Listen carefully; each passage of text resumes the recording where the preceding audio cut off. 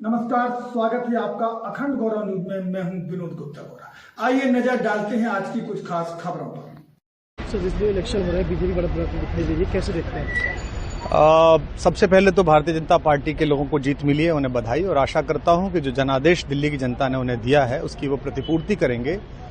और वे सब आम आदमी पार्टी के लाखों करोड़ों कार्यकर्ता जो अन्ना आंदोलन से आए, जिनके बहुत ही निश्चल, निष्पाप और बड़े भारत की राजनीति को बदलने के सपने की हत्या एक निर्लज्ज, नीच, मित्रहंता, आत्ममुग्ध और चरित्रहीन व्यक्ति ने की, उसके प्रति तो क्या संवेदना। दिल्ली को उससे मुक्ति मिली। और मैं ये जानता हूं कि अब जो आम आदमी पार्टी में लोग बच गए थे सत्ता के लोभ में, लालच में, पदों के लिए, उस पैसे के चक्कर में, वे सब भी अब वापस जाएंगे, लौटेंगे, कुछ अपने व्यवसायों में लौटेंगे, कुछ पार्टियों में चले जाएंगे।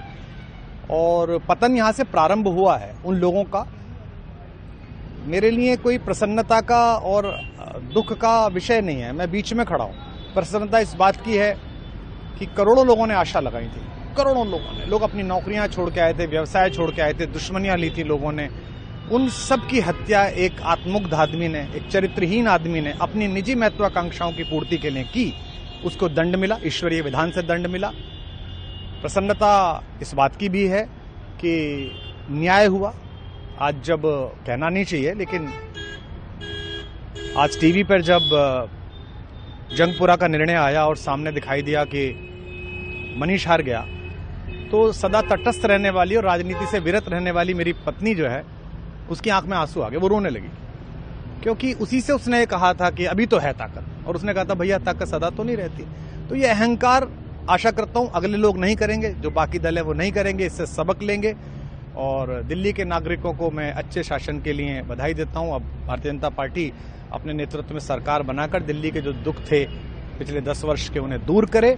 और आम आदमी पार्टी के समस्त कार्यकर्ताओं को कहता हूं कि आपने जिस किसी भी लोभ लालच में, सब कुछ जानते हुए एक ऐसे व्यक्ति के समर्थन में काम किया जिसने अपने मित्रों की पीठ में झुरा घोंपा, गुरु को धोखा दिया, अपने साथ कंधे से कंधा मिला के लड़ने वाली महिलाओं को अपने घर लाके पिटवाया, अपनी निजी सुख और साधन के लिए जनता का पैसा खर्च किया, अब उससे आशा लगानी छोड़ें, अब बाहर निकलें, अपना अपना जीवन देखें।